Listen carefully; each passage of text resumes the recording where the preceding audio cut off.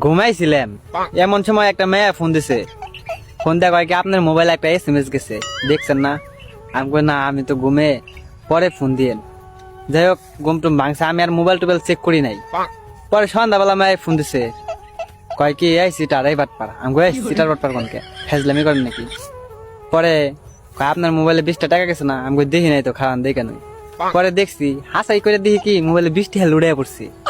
পরে আবার মোবাইলে 80 টাকা দাঁড়ি করা আসাল, 20 টাকা কেটে নিয়ে গেছে গা, আর লস হয়ে গেছে গা। যদি আগে কইতো যে 20 টাকা গেছে, তাহলে সাথে সাথে মিনিট কিনে রেখে দিতাম।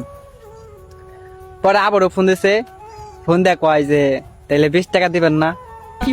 আমি মনে মনে মনে করলাম 20 টাকা দিমু কোন থেকে, এখন আমি এই যে খয়রাতির খয়রাতি, এখন তো এই 20 টাকা আমি দিয়ে হারুম না।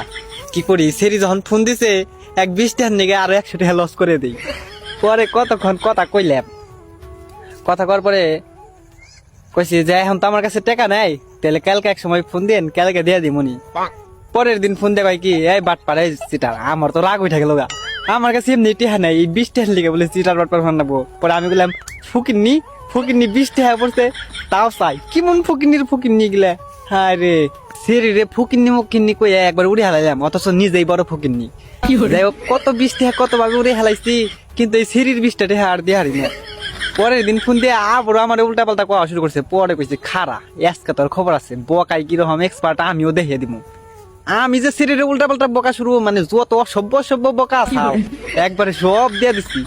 পরে সিরি কয় কি আচ্ছা ভাইয়া সরি, বলেছে আর কোনোদিন ফোনেন না। পরে আমি বললাম যে আপু অ্যাকচুয়ালি আপনার কণ্ঠটা অনেক সুন্দর তো, যার কারণে এত গালি দিচ্ছি, আপনি যাতে বেশি বেশি কথা বলেন, আপনার কথা শুধু আমার শুনবারই মন চাইতেছে। মেয়েরে পাম দিলাম। আর যাই হোক, যে কোনো পরিস্থিতিতেই থাকি না কেন, মেয়ে পটা নিবন্ধ করে যাবো না। আপনারা কি মনে করছেন আমি ওই মেয়েরে পটামু? আরে হো, পটিবের লেগে এত কিছু করলাম। যাই হোক, পরে তারপরে অনেক কথা কইয়া লাইলাম, মেয়ে আমার ভাইয়া ভাইয়া শুরু করলো। পরে বললাম দেখেন আপনি আমার ভাইয়া কইেন না। পরে কয় কেন? পরে কইছি আপনার কণ্ঠ এত মধুর, ওই মুখে ভাইয়া ডাকটা মানায় না, অন্য কিছু বলেন। পরে আমি কইলাম যে আমি আপনার কণ্ঠ শুনাই, আমি আপনার প্রেমে পড়ে গেছি, প্লিজ ভাইয়া বললেন না। পরে কয় যে আপনি এরকম। পরে গেলাম দেখেন আপনি আমার খারাপ ভাইবেন না, আপনার কথা শোনার জন্যই আমি এতগুলা খারাপ ভাষায় গালি দিছি। আর এইগুলা ভাষার গালি আমাদের এখানে অ্যাভেলেবেল চলে।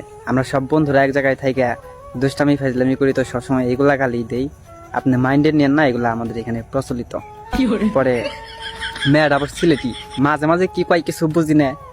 পরে আমার কয় কি আপনি কি আমাকে ভাষা বুঝেন? আমি কই তেলে মনে মনে টান থাকলে সব ভাষায় বোঝা যায়, তো আপনি যেভাবে কথা কইতেছেন আমি মোটামুটি বুঝতেছি, কিছু কিছু বুঝি না। যাই হোক, ভালোবাসার কথা বলে সবই বুঝি। যাই হোক, 2-3 দিন এমনি করে কথা বললাম, মেয়ে আমার প্রেমেই পড়ে গেছে।